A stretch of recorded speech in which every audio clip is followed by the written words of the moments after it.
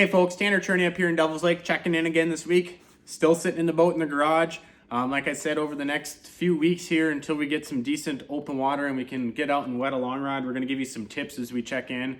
Ice fishing's pretty much in the rear view mirror now, and it's just right there. We can almost start to open water fish. Like we've been saying, there's been spots opening up underneath bridges. Wind's helping move things around, and we talked about touching on a few tips here just to get you guys prepared and ready for the open water season. First one we talked about was utilizing jigs and plastics, simplest form of fishing, super effective way to catch walleyes in Devil's Lake come springtime, whether you're in a boat or from shore. Last week we touched on making sure you use fluorocarbon or some sort of leader. That way you're not worrying about all the breakoffs from the northern pike. And this week kind of wanted to double down on the leader a little bit, but also to talk about, in North Dakota, we're very fortunate that we were able to use 2 rods during the open water season. And I don't know about you, but I sure as heck can't cast 2 rods at once, especially with my left hand, but I definitely can't reel 2 at once.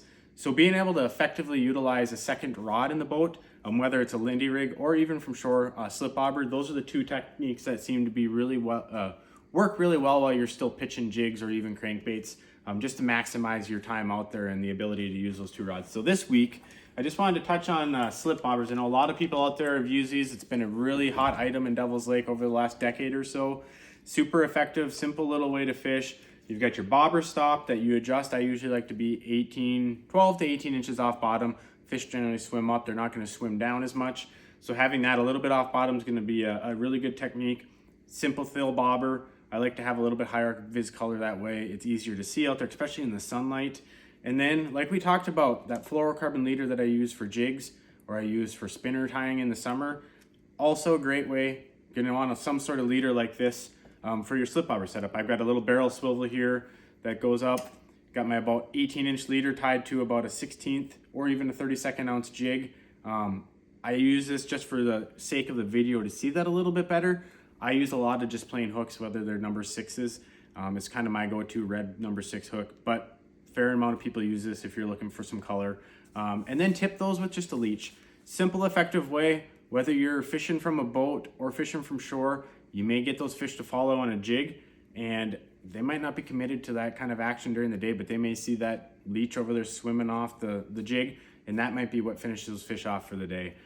Again, as soon as we got open water, leeches vary every year depending on water temps, when traps starting to get them, but as soon as you can get your hands on leeches, give a slip bobber a try. You'll thank us later. You'll have hopefully some really good success with it, and quite honestly, even though I've been fishing for 30 plus years, I still love it. Brings me back to being a kid, watching that bobber dip right below the water. There's just something about it that gets the heart going. It's like seeing that flag on a tip up in the winter.